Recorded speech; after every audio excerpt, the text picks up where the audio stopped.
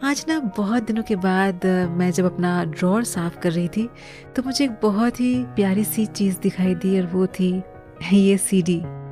तो जब मैंने सीडी को देखा ना तो मुझे वो टाइम याद आया जब मैं इसमें ऑडिशंस डालकर, अपने वॉइस के ऑडिशंस डालकर रिकॉर्डिंग स्टूडियोज़ में भेजा करती थी।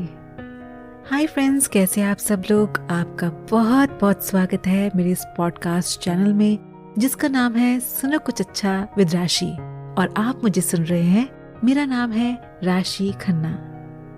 आज ना बहुत दिनों के बाद मैं जब अपना ड्रॉअर साफ कर रही थी तो मुझे एक बहुत ही प्यारी सी चीज़ दिखाई दी और वो थी ये सीडी।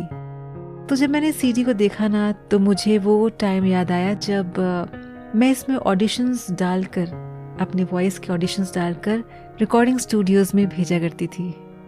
एक टाइम था जब सीडी की बहुत ज़्यादा इम्पोर्टेंस हुआ करती थी और कोई भी चीज़ अगर इम्पोर्टेंट सेव करनी होती थी या फिर भेजनी होती थी तो वो सीडी के थ्रू ही हुआ करती थी। लेकिन आज के ज़माने में टेक्नोलॉजी इतनी एडवांस हो चुकी है, नई नई चीज़ें आ चुकी हैं और सीडी जो है आजकल इतनी मायने नहीं रखती है। तो जब मैंने सीडी को देखा ना, जो सबसे पहला थॉट मेरे माइंड में आया वो ये था कि समय के साथ साथ कैसे चीज़ों की इम्पोर्टेंस भी बदल जाती है। अब आप सरप्राइज हो रहे होंगे ये सुनकर और हंस रहे होंगे कि सीडी के थ्रू ऑडिशंस ये कैसे? वेल दैट्स राइट, ये ऑलमोस्ट 2005-2006 की बात है और तब मेरे मन में वॉइस ओवर्स के लिए बहुत ज़्यादा इंटरेस्ट पैदा हो चुका था। लेकिन उस टाइम इतनी नॉलेज नहीं थी कि भाई कैसे आगे बढ़ना है और मैं उस वक्त डिज़ाइनिंग की फील्ड में थी, फैशन डिज़ाइनिंग के करियर को परस्यू कर रही थी।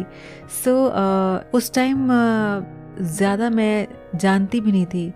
मैंने मास कम्युनिकेशन से रिलेटेड एक ट्रेनिंग ली थी, एक शॉर्ट ड्यूरेशन ट्रेनिंग थी वो, और उसमें थोड़ा बहुत रेडियो के बारे में भी बताया गया था।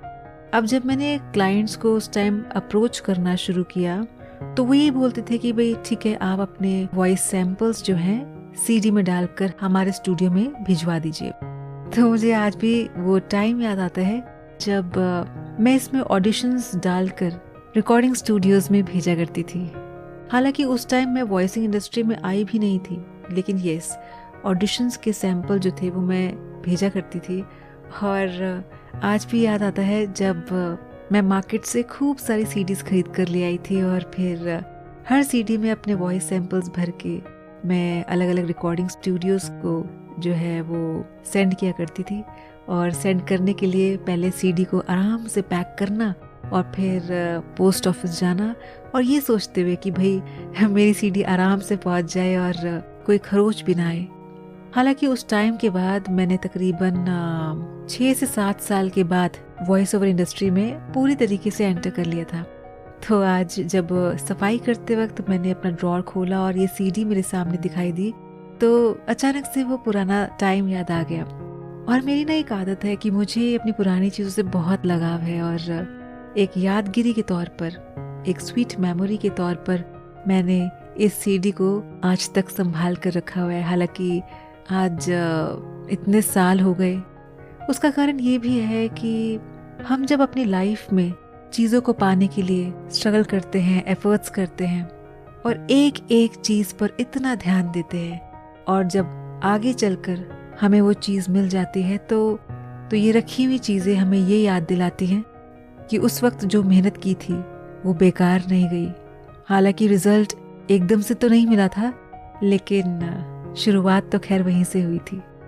टाइम के साथ साथ नई नई चीज़ें आती रहती हैं, प्रोसीजर्स चेंज होते रहते हैं, काम करने का तरीका जो है वो बदलने लगता है। लेकिन मुझे ऐसा लगता है कि बेशक आप आगे कितने भी बढ़ जाओ, बेशक नई नई टेक्नोलॉजी को कितना भी यूज़ करना क्यों ना शुरू कर दो, काम करने के तरीके में बहुत सारी एडवांसमेंट ही क्यों ना आ जाए, लेकिन जो पुरानी चीज़ों की जो मेमोरीज होती है ना, उन्हें कभी भी भूलना नहीं चाहिए। क्योंकि उनमें एक अलग ही मिठास होती है, एक अलग ही अपनापन छलकता है, एक होप, एक उम्मीद छलकती है कि अगर उस वक्त मैंने ये उम्मीद ना रखी होती, अगर उस वक्त मैंने ये एफर्ट्स ना किए होते तो शायद मैं इतना आगे आने तक का सोच भी नहीं पाती। तो चेन जुड़ती है, एक से दूसरी, दूसरी से तीसरी, और ऐसे ही करते करते हम आगे बढ़ते रहते हैं। So it's a very sweet memory. आज तो खैर कहीं ऑडिशन भेजना हो तो क्लाइंट्स बोलते हैं कि भाई ठीक है, अब अपना रिकॉर्ड करके हमें मेल पर भेज दीजिए, लेकिन सीडी में अपना ऑडिशन भेजना भी अपने आप में एक बहुत ही स्वीट एक्सपीरियंस रहा है। तो क्या आपको भी कोई ऐसा इंसिडेंट याद आता है जब आपने भी किसी काम को करने में एक अलग से एफर्ट्स दिखाए हों? कमेंट करके ज़रूर बताइएगा। तो चलिए फ्रेंड्स, इसी के साथ मुझे यानी राशि को दीजिए इजाज़त। उम्मीद करती हूँ कि आपको आज का ये एपिसोड पसंद आया होगा, चेहरे पर स्माइल आई होगी। तो चलिए अगले पॉडकास्ट में फिर एक नए विषय, एक नए टॉपिक के साथ आपसे मिलूंगी। तब तक के लिए हंसते रहिए, मुस्कुराते रहिए और अपनों के साथ अपना टाइम स्पेंड करना ना भूलिए।